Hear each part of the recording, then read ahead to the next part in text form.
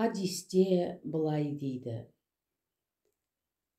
күмәнді нәрседен бойыңды аулақ салып, күмәнсіз болғанын таңдағын. Расында шыншылдық жан тыныштығына бөлейді, ал өтірік көңілге күмән ұялатады. Қайда жүрсең де Алладан қорқып, бұйрықтарын орындап, тыйымдарынан сақтан. Әрбір күнәнің артынан уақыт оздырмай, оны жуып шаятын жақсылық жаса. Адамдармен қарым-қатынаста көркем мінезді бол.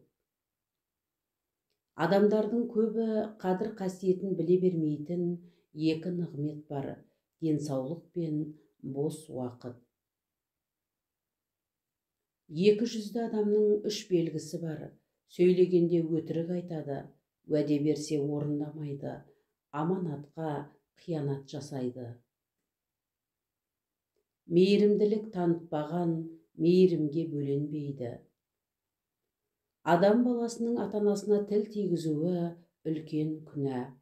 Біреудің әкесіне тіл тигізсе, ол да оның әкесіне тіл тигізеді. Сондай-ақ анасын балағаттаса, ол да оның анасын балағаттайды.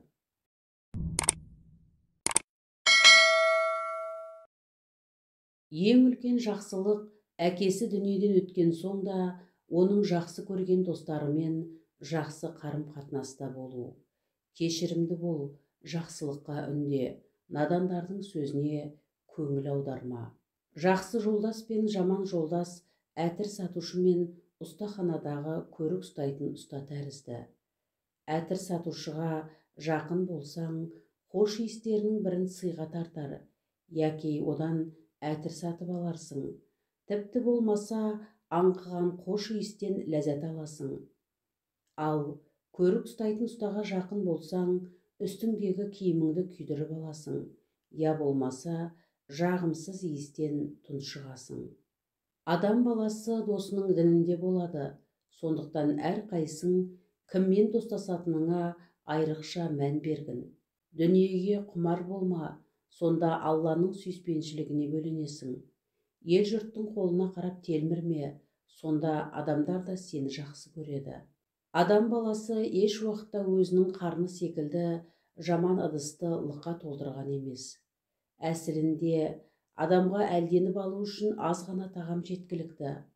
Ал егер оған міндетті түрде ішіп жеу керек болса, асқазанының 1/3 тамаққа, 1/3 сусынға толтырсын.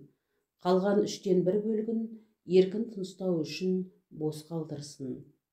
Нағыз байлық дүниенің ағыл-тегіл көптігі емес, нағыз байлық жан сарайының байлығы. Барлығыңда бақташы секілдісіңдер, және барлығың қол астыңдағылар үшін жауап бересіңдер. Ел билеуші бақташы, ол халқы үшін жауапты. Ер адам отбасының бақташысы, ол өз отбасы үшін жауапты.